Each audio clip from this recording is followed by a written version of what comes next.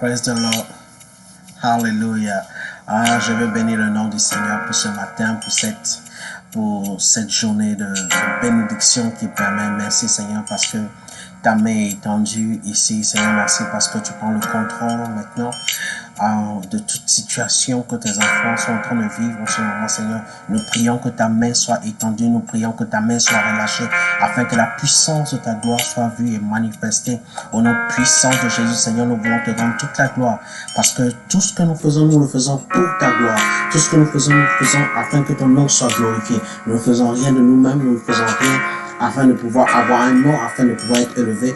Mais nous voulons, éternel mon Dieu, diminuer, afin que toi, éternel mon Dieu, tu sois vu, afin que toi, tu grandisses et que ta gloire soit manifestée. Amen. Donc, ce matin, je vais parler du combat spirituel, deuxième partie. On a touché un peu l'introduction la semaine dernière. Ce matin, on va essayer d'aller un peu plus en profondeur. Pas trop en profondeur, mais un tout petit peu en profondeur parce que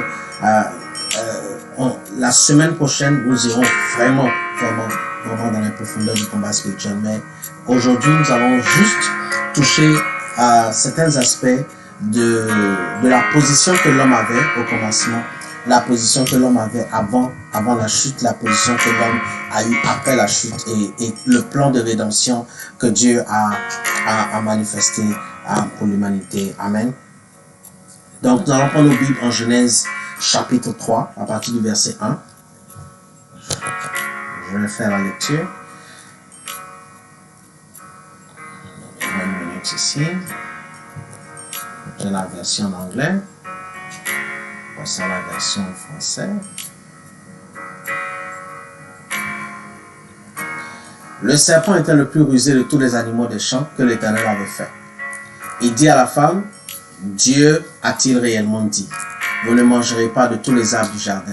La femme répondit au serpent, nous mangeons du fruit des arbres du jardin, mais quant au fruit de l'arbre qui est au milieu du jardin, Dieu a dit, vous n'en mangerez point et vous ne toucherez point, de peur que vous ne mouriez. Alors le serpent dit à la femme, vous ne mourrez point. Mais Dieu sait que le jour où vous en mangerez, vos yeux s'ouvriront et vous serez que vos yeux s'ouvriront et que vous serez comme des dieux connaissant le bien et le mal. Amen. Voilà un peu, on en avait parlé un peu la semaine dernière, mais voilà un peu l'homme qui se retrouve dans une position où l'animal que Dieu a créé, parce que vous le compreniez ou pas, que vous soyez d'accord ou pas, le serpent, tel qu'il s'est présenté, était un animal du jardin.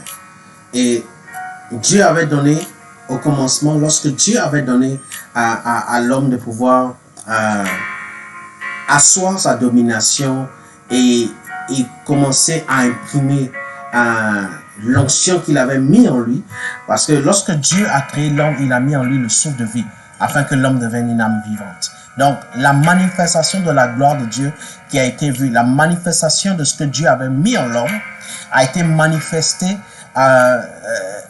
par Adam qui nommait les animaux après que Dieu les ait créés. C'était une façon, Dieu, de partager, d'entrer en partenariat avec l'homme afin que l'homme participe à la création. C'est pour cela que lorsque l'homme voyait les animaux, il les nommait, les animaux entraient en vie, les animaux reconnaissaient la voix de leur créateur et venaient en vie. C'est pour cela que lorsque le serpent vient dans le jardin et qu'il commence à parler à Ève, on dira que Ève n'était pas partie intégrante de ce système que Dieu avait mis en place afin de pouvoir partager sa possession sur la création comme il avait fait avec Adam. Mais Ève était une partie d'Adam, donc elle était supposée être entraînée, mais ça c'est une autre histoire, pour pouvoir continuer ce que Adam avait déjà créé. Donc voici Ève qui se retrouve devant le serpent et qui écoute tout ce qu'il est en train de dire et qui commence à douter même des choses que Dieu a mis en elle. Et ça c'est la vie de tous les enfants de Dieu. Lorsque nous commençons notre marche avec Dieu, lorsque nous commençons à faire des choses avec le Seigneur, nous nous mettons dans des positions souvent où le diable vient nous mettre en doute les choses que Dieu nous a confiées, les choses que Dieu nous a promis.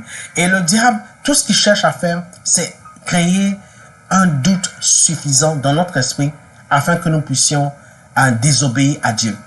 Je veux t'encourager ce matin à ne pas te laisser influencer, à ne pas te laisser détourner des choses que Dieu t'a dit, même si ça met du temps à venir, même si ces choses-là prennent du temps à se manifester, même si tu as comme l'impression que les choses n'avancent pas comme tu les avais planifiées, ou les choses n'avancent pas comme le Seigneur t'avait dit, ou tu as comme l'impression que les gens ne sont pas en train de faire comme tu pensais que ça allait se passer. Je veux que tu sois patient parce que Dieu a un plan. Il n'y a rien qui se passe sans que l'Éternel ne l'ait permis. Donc si aujourd'hui il y a un retard, dis-toi bien que ce n'est pas parce que la bénédiction est en retard, c'est parce que Dieu est en train de te préparer à pouvoir recevoir cette bénédiction-là. Donc chaque chose, Dieu le fait bonne en son temps. Non en ton temps, pas en ton temps, mais en son temps. Et lorsque Dieu est en train de manifester comme ça son plan vis-à-vis d'Adam et Ève, Dieu savait dans sa préscience que Ève allait être séduite, que le serpent allait venir dans le jardin. Oui, rien ne me dit dans la Bible que Dieu n'avait pas connaissance de la situation dans laquelle ils étaient en ce moment. Dieu savait déjà qu'ils allaient être dans la situation dans laquelle ils allaient être. Mais Dieu nous donne la possibilité de vivre notre vie nous-mêmes sans pour autant nous empêcher de pouvoir faire des erreurs. Parce qu'avec même les erreurs que nous sommes en train de faire, Dieu s'apprête déjà à justifier ces erreurs-là. Pas comme si Dieu veut que tu fasses des erreurs et qu'il te justifie, mais Dieu te donne la possibilité de pouvoir vivre une vie d'obéissance et non pas une vie forcée, une vie dans une prison où tu fais exactement tout ce qu'il attend de faire. Non, il veut qu'on le serve par amour, il veut qu'on fasse les choses par amour, il veut qu'on manifeste les choses à cause de l'amour qu'on a pour lui et non pas à cause de la peur qu'on a de pouvoir aller à l'enfer ou de la peur de pouvoir rater la bénédiction. Non, Dieu veut qu'on fasse les choses par amour. Amen.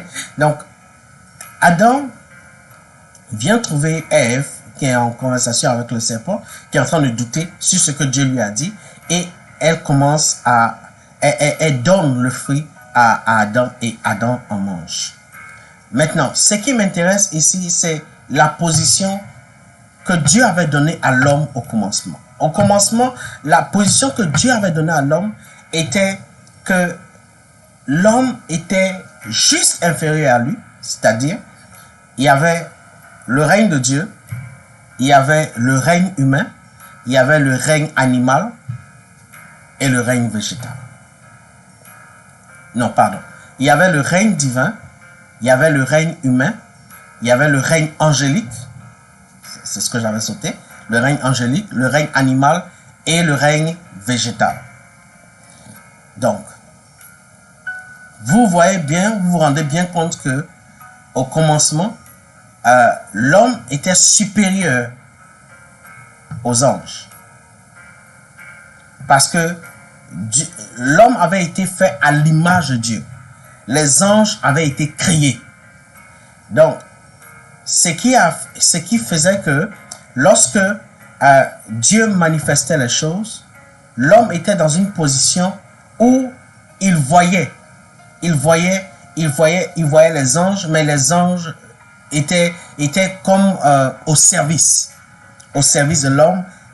Il n'était pas gardien de l'homme, il n'était pas autorité sur l'homme, parce que la seule autorité que l'homme avait à cette époque-là était l'autorité de Dieu.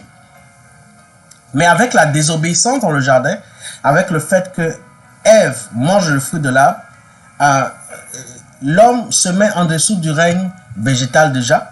Et puis avec le fait qu'ils se font des peaux d'animaux afin de pouvoir se couvrir, l'homme se met en bas du règne animal.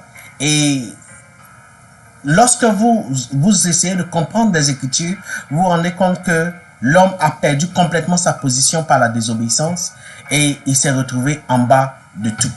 En bas du règne animal, en bas du règne végétal, donc en bas du règne angélique.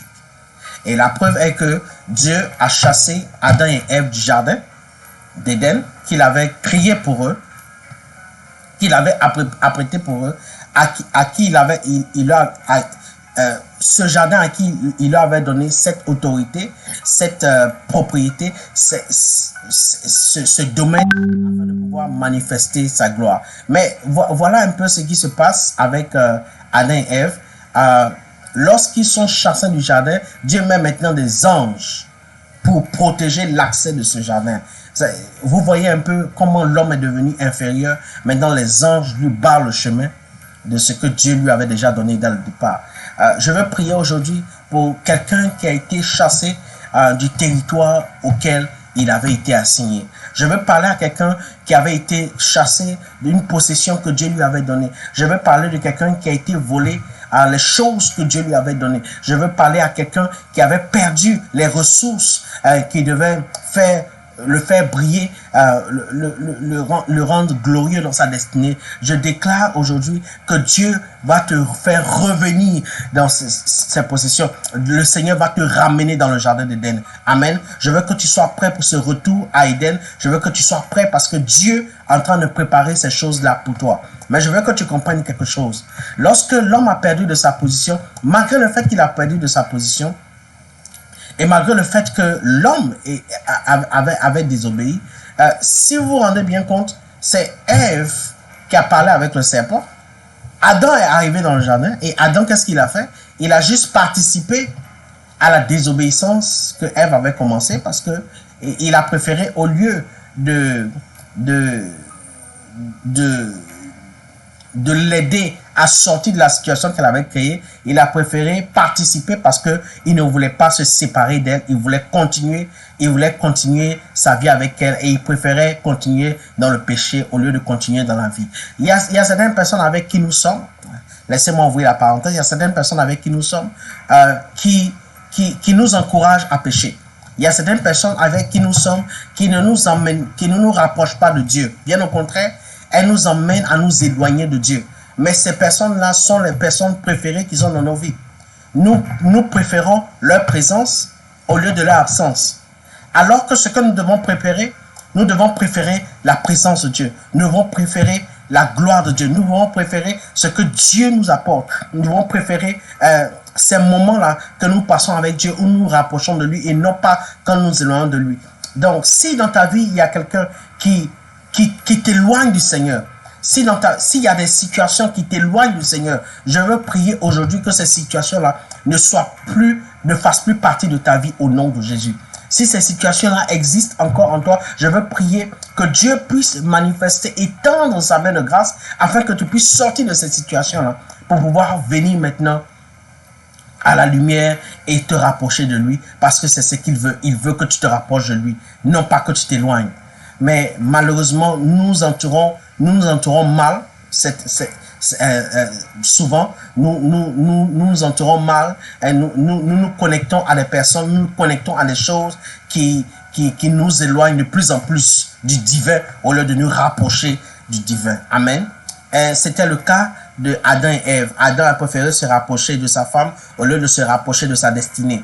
Et il a préféré participer à ce que sa femme avait créé comme circonstance de désobéissance au lieu de trouver un moyen de pouvoir régler la situation et les rapprocher tous les deux du Seigneur. Ce qui devait être fait a été fait et la femme est sortie du jardin d'Éden avec son mari, avec Adam. Mais lorsqu'ils sont sortis du jardin d'Éden, Dieu quand même leur a donné la promesse. En Genèse 3 au verset 15, Dieu leur donne la promesse que je mettrai inimitié entre toi et la femme, entre ta postérité sa postérité, celle-ci t'écrasera la tête, tu lui blesseras le talon. Dieu déjà avait la promesse, malgré le fait qu'il chasse Adam et Ève du jardin et il punit le serpent parce que le serpent a créé cette rébellion et cette désobéissance. Il continue quand même d'avoir une parole d'espoir pour l'homme. Il continue d'avoir une parole de rédemption. Il dit à la femme, ta postérité écrasera la tête de l'ennemi. Sa postérité, la postérité du serpent. C'est une promesse pleine de vie, c'est une promesse à laquelle je dis oui et amen. C'est une promesse excitante, c'est une promesse qui a tout son sens après la désobéissance. Parce que vous savez, c'est l'espoir qui amène la vie. C'est l'espérance qui crée la vie. Sans espérance, nous ne sommes rien. Et Adam et Ève ne comprenaient certainement pas la promesse que Dieu leur donnait, l'espérance que Dieu était en train de créer en eux, mais il leur disait que je ne vous abandonnerai pas, je serai avec vous parce que je vais utiliser votre postérité afin de pouvoir vous ramener dans la position dans laquelle vous étiez dès le départ. Et c'est ce qui s'est passé avec la manifestation au cours des siècles, la manifestation des postérités qui étaient créées par l'homme. On a eu Noé, on a eu Abel qui a marché avec Dieu pendant 300 ans, on a eu Noé, on a eu Moïse, on a eu les prophètes, on a eu Jérémie, on a eu Ézéchiel, on a eu tous ces grands prophètes. Mais comme le disait Jean-Baptiste, aucun homme né de femme n'a été plus grand.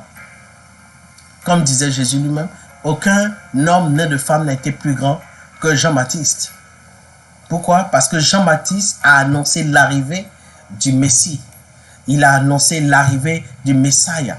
Il a annoncé l'arrivée de Yeshua HaMashiach. Il a annoncé l'arrivée de celui que Dieu avait annoncé dans le jardin d'Éden lorsque l'homme avait perdu de sa position. Et Jésus était la clé qui devait ramener l'homme dans le jardin d'Éden.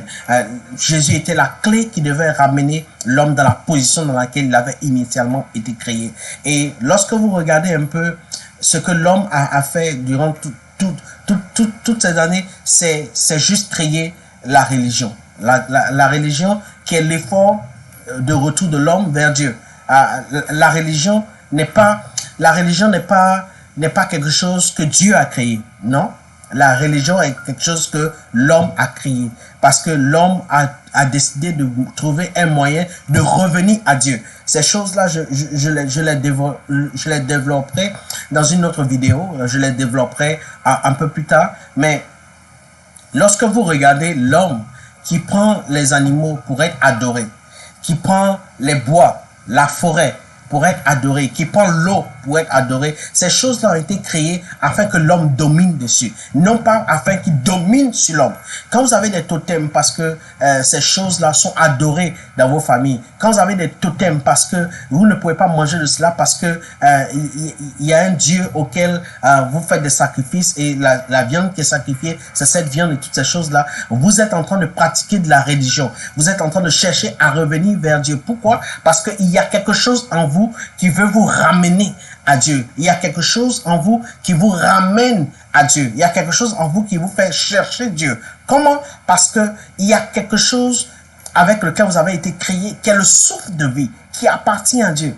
Donc, même quand l'homme avait été chassé du jardin d'Éden, il y avait toujours ce manque à gagner. Il y avait toujours ce manque qui avait été créé dès le départ, qui devait être comblé. Cette soif de Dieu. Et les hommes souvent considèrent cette soif de Dieu-là par leur soif de certaines choses. Parce que ils cherchent à revenir à leur essentiel. Ils cherchent à revenir à ce que Dieu a mis en eux. Mais souvent, ils ne comprennent même pas comment revenir. Donc, il y a des moyens que l'homme a créés qui s'appellent religion. La religion n'est pas le Dieu. La religion est de l'homme. Parce que c'est l'effort de retour de l'homme vers Dieu. C'est pour cela que je ne suis pas un religieux, je suis un enfant de Dieu. Je ne suis pas un religieux, je ne suis pas d'accord avec la religion, je n'accepte pas la religion parce que la religion n'est pas ce à quoi Dieu nous appelle. Ce à quoi Dieu nous appelle, c'est l'amour les uns envers les autres, c'est l'amour de son Fils et c'est le retour dans le jardin d'Éden afin de pouvoir nous reprendre en possession de ce à quoi nous avons été appelés, reprendre possession de ce à quoi nous sommes, ce pour lequel nous sommes nés. Amen. Et lorsque je regarde un peu, comment est-ce que la gloire de Dieu s'est manifestée dans la vie d'Adam. Comment est-ce que Adam voyait Dieu face à face en vivant et toutes ces choses-là? Je me rends bien compte que le péché et la désobéissance a été un moyen que le diable a utilisé afin de pouvoir nous empêcher de pouvoir faire ce à quoi nous avons été appelés. Parce que si vous ne vous rappelez pas, Lucifer avait été chassé de sa position à cause du fait qu'il s'était rébellé contre Dieu. Et l'homme a été chassé de sa position à cause du fait qu'il avait désobéi à Dieu. Mais toutes ces personnes qui désobéissent là, désobéissaient à cause de la position que Dieu voulait leur donner afin de protéger sa gloire, afin de présenter sa gloire. Mais gloire soit rendue à Dieu parce que la saison est en train d'arriver, elle est déjà là où Dieu va ramener ses adorateurs, va ramener ces personnes-là qui vont protéger sa gloire dans une nouvelle position qui va leur donner de pouvoir continuer de bénir son nom, continuer de bénir, de l'élever et continuer de le glorifier comme cela avait commencé dès le commencement, comme cela avait été fait dès le commencement. Les raisons pour lesquelles nous avons été créés. Parce que la raison pour laquelle tu as été créé, ce n'est pas juste pour te marier, ce n'est pas juste pour avoir une voiture, ce n'est pas juste pour avoir une maison. La raison pour laquelle tu as été créé, c'est pour l'adorer. Amen. Et lorsque l'homme reprend cette position-là avec Dieu, quand l'homme arrive à retourner dans la position à laquelle Dieu l'a appelé, c'est par Jésus. C'est lui qui est la transition. C'est lui qui est le moyen par lequel nous pouvons aujourd'hui manifester librement notre amour pour Dieu et nous pouvons revenir à cette connexion que nous avons avec Dieu, cette relation que nous avions avec Dieu dès le départ. C'est pour ça que la Bible dit en Jean chapitre 1, que à tous ceux qui l'ont reçu, Jean chapitre 1 verset 12, à tous ceux qui l'ont reçu, à ceux qui ont cru en son nom, elle a donné le pouvoir de devenir enfants de Dieu, lesquels sont nés non de la volonté d'un homme, non du sang, ni de la volonté d'un homme, mais de Dieu. Amen. Nous sommes nés de Dieu. Nous ne sommes pas nés parce que nous voulons être. Nous sommes nés parce que nous sommes nés de Dieu. Et c'est pour cela que nous parlons de nouvelle naissance lorsque nous rencontrons le Seigneur. Parce que la nouvelle naissance nous donne le pouvoir avoir accès aux positions auxquelles nous avions été appelés dès le commencement. Nous revenons à ce que Dieu voulait que nous soyons originellement, des partenaires à la création. Et je veux bénir Dieu pour toi. Si aujourd'hui tu m'écoutes, si aujourd'hui tu m'entends, que tu t'es éloigné du Seigneur, tu t'es éloigné de Dieu, tu n'as pas fait la paix avec le Seigneur, tu t'es éloigné de lui et les choses ont commencé à être difficiles. Rien ne t'empêche de revenir à la maison, rien ne t'empêche de revenir dans la présence de Dieu, rien ne t'empêche de pouvoir venir manifester son amour envers toi, cette connexion que tu avais avec lui. Reviens dans sa maison, il t'appelle, tu sens cet appel-là bouillir en toi, grandir en toi. C'est l'appel de Dieu pour toi, c'est l'appel de son amour, c'est l'appel de l'excellence, c'est l'appel de toutes ces choses. Ne pense pas que tu as été complètement chassé de sa présence. Non, le péché t'a éloigné de lui. Jésus t'a rapproché. Alors reviens dans sa maison, reviens dans sa paix et reviens dans son intimité au nom puissant de Jésus. Pour continuer un peu sur cet enseignement, la deuxième partie du combat spirituel, après avoir parlé de la position que l'homme avait avant la chute et que l'homme a eu après la chute, je veux maintenant parler de comment est-ce que les choses sont organisées un tout petit peu dans le ciel. Cette partie-là, je vais un peu parler de l'organisation du ciel. Et dans l'organisation du ciel, quand vous lisez un peu la Bible, prenons Apocalypse.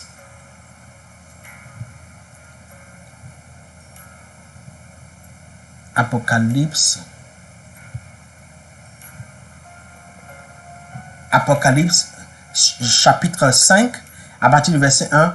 Puis je vis dans la main droite de celui qui était assis sur le trône un livre écrit en dedans et en dehors. Et je vis un ange puissant crier d'une voix forte qui est digne d'ouvrir le livre et d'en rompre les sceaux.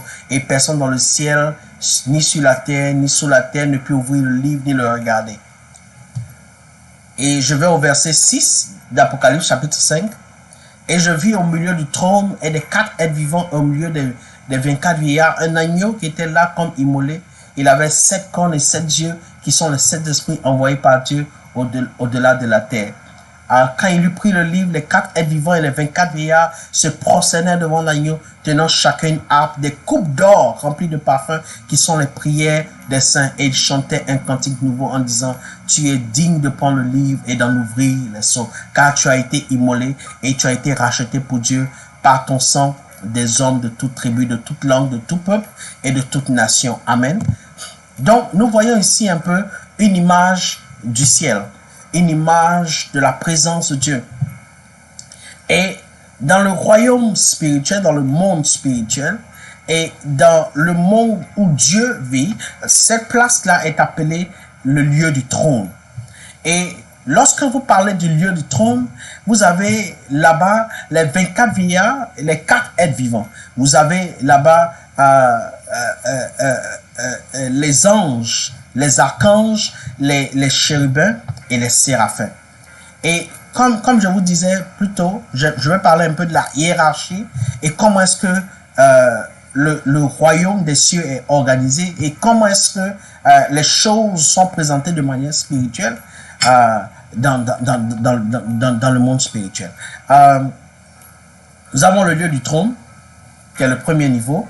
Nous avons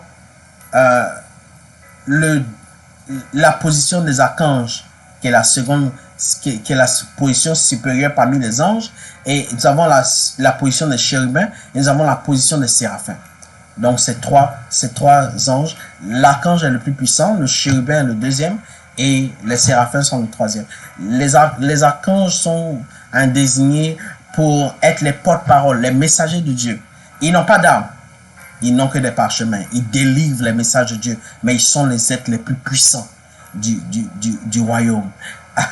Ils sont redoutables et ce ne sont pas des guerriers, ce sont des porte-paroles, mais ils sont tellement proches de Dieu qu'ils sont extrêmement puissants. Il y a une gloire qui émane d'eux.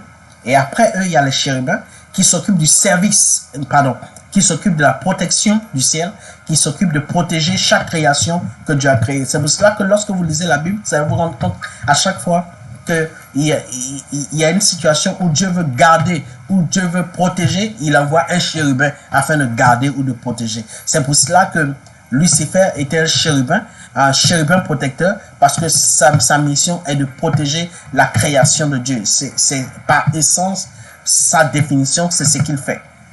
Et les séraphins, qui ont des instruments, qui chantent dans le ciel, qui s'occupent du service de l'adoration dans le ciel. Amen. Donc, le lieu du trône où Dieu se trouve a les 24 vieillards et les 4 êtres vivants. Et nous poserons la question de savoir, mais qui sont ces 24 vieillards et qui sont les 4 êtres vivants? Je vais pas créer de polémique ici. Je vais pas aller plus loin. Mais si vous regardez un peu les 24 vieillards, c'est 2 fois 12. D'accord? 12 pour l'ancienne alliance et 12 pour la nouvelle alliance. Et les 12 de l'ancienne alliance sont les gardiens de l'ancienne alliance. Comment? Et les 12 de la nouvelle alliance sont les 12 de la nouvelle alliance. Comment? Et qu'est-ce que c'est que l'ancienne alliance? Et qu'est-ce que c'est que la nouvelle alliance? L'ancienne alliance, c'est tout ce qui s'est passé avant Jésus. La nouvelle alliance, c'est tout ce qui s'est passé avec Jésus. Donc, lorsque les hommes, l'humanité fait alliance avec Dieu encore dans l'ancienne alliance, c'est par les 12 tribus d'Israël. Donc, les 12 tribus d'Israël représentent les 12 vieillards de l'ancienne alliance. Et les 12 apôtres disciples de Jésus-Christ représentent les 12 de la nouvelle alliance. Donc, mis ensemble, ce sont les 12 tribus d'Israël et les 12 apôtres de Jésus-Christ, disciples de Jésus-Christ, qui deviennent les 24 vieillards, qui sont les 24 vieillards. Maintenant, vous me direz que les 24 vieillards existaient déjà avant même le commencement. Non, les 24 vieillards ont été manifestés avec le temps, ont été manifestés dans la création. Mais sachez et comprenez que toute chose qui se fait, toute chose qui doit arriver est d'abord spirituelle avant d'être manifestée physiquement. C'est une position qui avait déjà été créée, c'est une position qui avait déjà été établie avant même que cela n'arrive et cela se manifeste dans le monde visible. Amen. Et les 4 êtres vivants, c'est la face de lion, c'est la face de bœuf, c'est la face de lion, c'est la face de l'homme, et c'est la face de l'aigle qui se lève. Les 4 êtres vivants, ce sont les 4 faces de l'agneau. Ce sont les 4 présentations de Jésus-Christ au travers de Matthieu, Marc, Luc et Jean, qui présentent Matthieu, la face de lion, Jésus-Christ comme le roi, Marc, la face de bœuf, qui présente Jésus-Christ comme le parfait serviteur, Luc, qui présente Jésus-Christ comme avec la face d'homme, qui présente Jésus-Christ comme le parfait homme, et Jean, avec la face de l'aigle qui se lève, qui présente Christ comme étant Dieu. Amen. Ce sont les 4 manifestations, ce sont les 4 qui rendent témoignage de l'agneau, et ils sont devant le trône de grâce, devant Dieu, et ils disent Saint, Saint, Saint est l'Éternel. Amen. Je veux bénir Dieu pour toi. Je veux bénir Dieu pour ta vie. C'était un peu les choses que je voulais partager avec toi. Je veux prier pour quelqu'un ce matin. Je ne vais pas être long ce matin. Je veux juste prier pour toi afin que la gloire de Dieu soit manifestée dans ta vie. Je veux prier pour toi ce matin afin que tu puisses te repositionner comme Dieu voulait que tu te positionnes. Le diable certainement t'a enlevé, t'a éloigné des choses qui avaient été apprêtées pour toi. Mais je déclare maintenant que tu reviens dans cette disposition, tu reviens maintenant dans cette préscience que Dieu avait déjà dès le départ pour toi, afin de pouvoir hériter des choses, des ressources que Dieu avait déjà mises à part pour toi dès la création. Que le Seigneur continue de vous bénir, et la semaine prochaine, nous allons commencer à parler des principautés, des dominations, des autorités, des esprits méchants qui sont dans les lieux célestes. Nous allons commencer à parler un peu des stratégies que le diable a mis en place afin de pouvoir empêcher l'homme de pouvoir établir le règne de Dieu sur la terre. Que Dieu vous bénisse. Merci de nous soutenir. Merci de continuer à nous écouter. Merci de continuer à prier pour nous. Et nous voulons, en ce jour béni, prier pour notre nation, qu'est la Côte d'Ivoire, afin que l'Éternel puisse se souvenir de la Côte d'Ivoire, que le Seigneur puisse se souvenir de toutes ces régions qui sont dans le monde, qui sont en guerre, en situation de guerre, en préparation de guerre, en préparation de troubles. Nous voulons prier pour toutes ces régions de la sous-région qui sont en ce moment perturbées par les élections présidentielles. Nous voulons prier que Dieu lui-même puisse apaiser ces nations, apaiser les cœurs, afin que les solutions soient trouvées au nom puissant de Jésus. Alors, c'était votre serviteur sur cette chaîne, et je bénis le nom du Seigneur pour votre vie, et à très bientôt. Je vous en prie, mettez vos commentaires, partagez, et si vous avez des questions, contactez-moi afin que nous puissions en parler au nom puissant de Jésus. Que Dieu vous bénisse.